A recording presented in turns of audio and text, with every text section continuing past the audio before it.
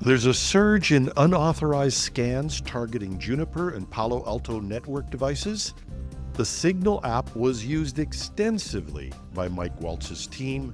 ChatGPT images are a security risk, and the case of the disappeared professor. This is Cybersecurity Today. I'm your host, Jim Love. Security researchers have detected a significant increase in unauthorized scanning activities targeting devices from Juniper networks and Palo Alto networks. These activities may indicate attempts at espionage, botnet recruitment, or exploitation of unknown vulnerabilities. Johannes Ulrich from the SANS Institute reported a surge in scans between March 23rd and March 28th, focusing on the default credentials of Juniper's Session Smart networking products. Approximately 3,000 unique IP addresses participated, many associated with known botnet activities. These routers, part of Juniper's software-defined WAN portfolio, retain default usernames and passwords if they're not changed, making them susceptible if not properly configured. Simultaneously, Gray Noise observed mass probing directed at the login portals of Palo Alto Network's Pan-OS Global Protect remote access products. Nearly 24,000 unique IP addresses attempted logins over 30 days, peaking at 20,000 daily attempts around March 26th. Most of this activity is deemed suspicious, with 154 IP addresses classified as malicious. These patterns resemble previous espionage campaigns targeting network devices, raising concerns about potential undisclosed vulnerabilities. Utilizing these products are advised to change default credentials, apply the latest security patches, and above all, monitor network traffic for any unusual activities. Recent reports reveal that the National Security Advisor Mike Waltz's team has extensively used the encrypted messaging apps Signal to coordinate official work on sensitive international issues, prompting concerns about the security and the legality of such communications.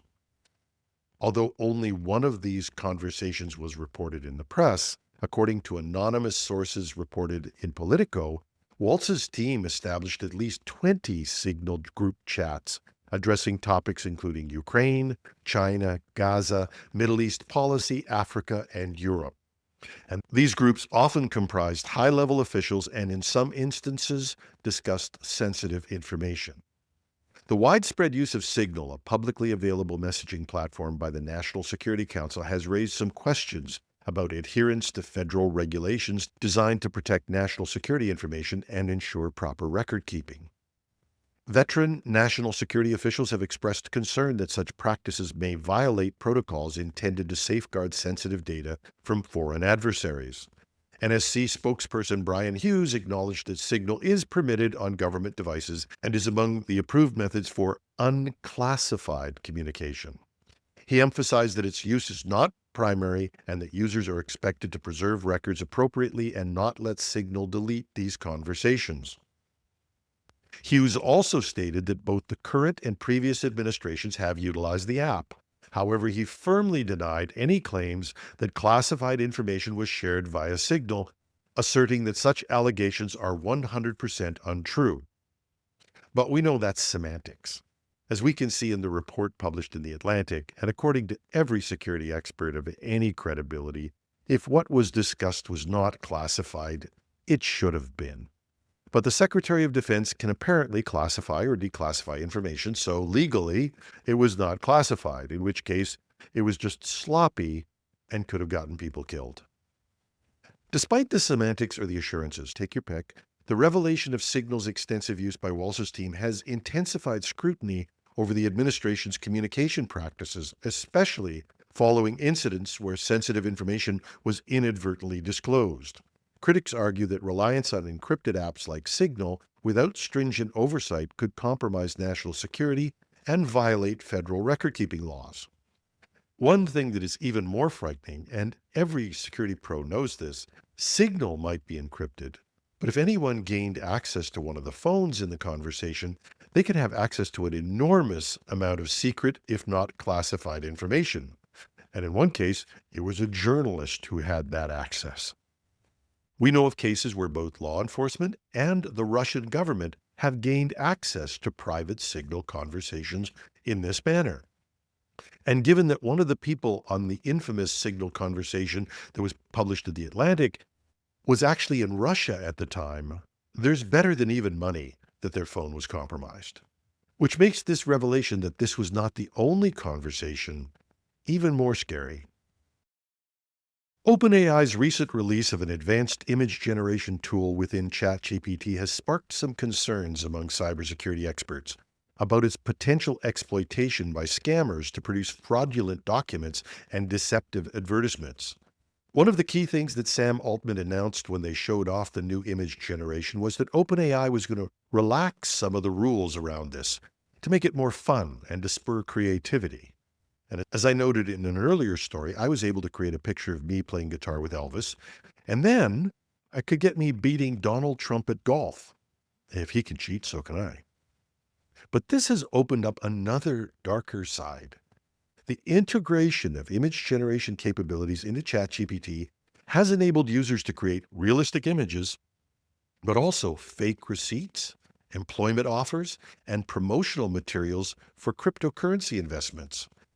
In tests conducted by Axios, the tool was able to generate a counterfeit receipt from a coffee shop, complete with the company's logo, although it took some specific prompting.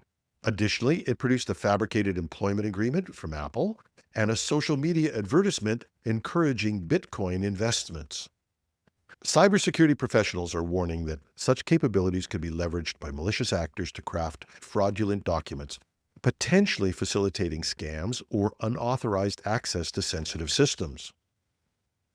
Doriel Abrahams, a principal technologist at Forter, noted that the tools designed to enhance user efficiency could also be misused to make fraudulent schemes appear more legitimate.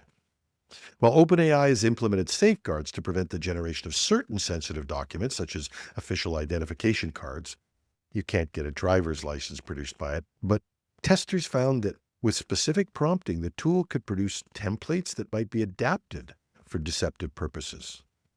OpenAI acknowledges the challenges and emphasizes its commitment to monitoring and refining the system to mitigate misuse.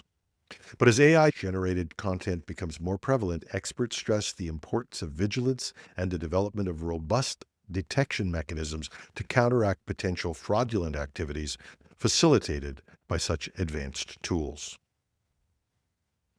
And finally, a mystery.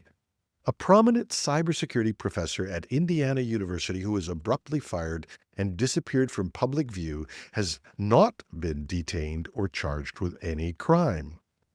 Attorney Jason Covert confirmed to Reuters that Professor JF Wang and his wife Nianli Ma have not been arrested and there are no pending criminal charges against them. The couple has been the subject of widespread speculation after the FBI and Homeland Security agents searched two homes linked to them on March 28th. The same day, Wang's employment at his university was terminated, and his profile and his wife's were both deleted from the university website. Rumors quickly spread across the cybersecurity community, with some believing the couple had been detained. Colleagues and students expressed concern after being unable to reach them. Wang, who earned recognition as a leading expert in cybersecurity, has been a professor at the university since 2004. Ma was also employed at the university as a lead systems analyst and a programmer at the university's main library. A spokesperson for the FBI Indianapolis office confirmed agents conducted a court-authorized operation but declined to disclose the nature of the investigation. The Department of Homeland Security did not respond to requests for comment. But Wang has issued a statement through his lawyers who said the couple is grateful for the support they've received from peers and the academic community. They look forward to clearing their names and resuming their successful careers at the conclusion of this investigation, he said. He declined to comment on their current location. But legal action is underway to uncover more details. On April 1st, Stanford University researcher Rhianna Pfefferkorn filed a motion to unseal a federal warrant and affidavits used to authorize the searches. A judge has ordered the U.S. Attorney's Office to respond by April 17th. Until then, or until the next notice from their attorney, the mystery continues. And that's our show for today. we won't be disappearing. This weekend, we have our month in review panel with some new special guests. Hopefully, you'll get a chance to listen in, but if not, we'll be back next week. And David Shipley will once again be sitting in on Monday, and I'll be back midweek. I'm your host, Jim Love. Thanks for listening.